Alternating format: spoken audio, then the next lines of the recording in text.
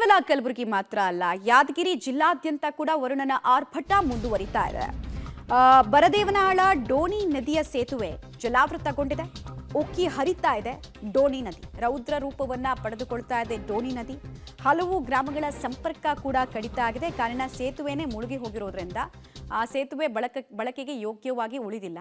ಹೀಗಾಗಿ ಹಲವು ಗ್ರಾಮಗಳ ಸಂಪರ್ಕ ಸಾಧ್ಯ ಆಗ್ತಾ ಇಲ್ಲ. ಗ್ರಾಮಗಳ ಸಂಪರ್ಕ ಸಾಧ್ಯ ಆಗಬೇಕಂದ್ರೆ ಸುತ್ತಾಕೊಂಡು ಒಂದು 3-4 ಕಿಲೋಮೀಟರ್ ಎಕ್ಸ್ಟ್ರಾ ಹೋಗಬೇಕಾದ ಪರಿಸ್ಥಿತಿ.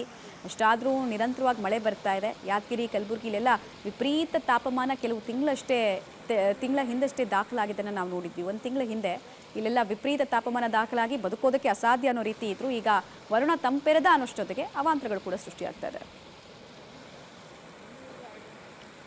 ಡೀಟೇಲ್ಸ್ ಕೊಡ್ತಾರೆ ಅಂಬರೀಶ್. ಯಾದಗಿರಿ ಭಾಗದಲ್ಲಿ ಎಷ್ಟು ಮಿಲಿಮೀಟರ್ ಮಳೆ ಆಗಿದೆ, ಏನೆಲ್ಲ ಸಮಸ್ಯೆಗಳಾಗಿದೆ, ಪ್ರಮುಖವಾಗಿ ಹೆಚ್ಚು ಮಳೆ ಆಗಿರೋದು ಯಾವ ಭಾಗದಲ್ಲಿ ಅಂತ?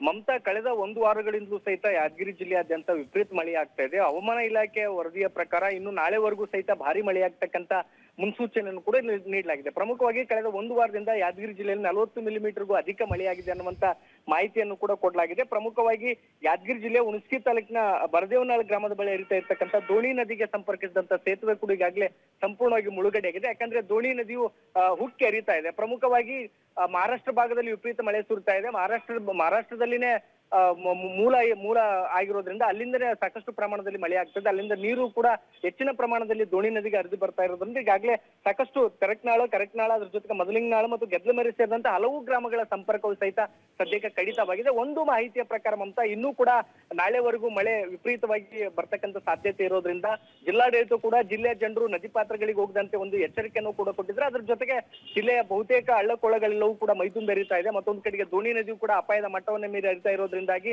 ಜಿಲ್ಲೆಯ ಜನರು ಒಂದಿಷ್ಟು ಭಾಗಗಳಿಗೆ ಸಂಚಾರ ಮಾಡ್ಲಿಕ್ಕೆ ಕೂಡ ಪರದಾಡ್ತಕ್ಕಂಥ ಪರಿಸ್ಥಿತಿ ನಿರ್ಮಾಣವಾಗಿದೆ. ಒಂದೇ ಮಾತ್ರ ಇನ್ನೂ ಕೂಡ ಮಳೆ ಮುಂದುವರಿಯ ಸಾಧ್ಯತೆ ಇರೋದ್ರಿಂದ ಅಪಾಯದ ಮುನ್ಸೂಚನೆ ಈಗಾಗಲೇ ಜಿಲ್ಲಾಡಳಿತ ಕೂಡ ನೀಡಿದೆ. ಮಮತಾ, ಧನ್ಯವಾದ ಅಂಬರೀಶ್ ತಮ್ಮ ಮಾಹಿತಿಗಾಗಿ.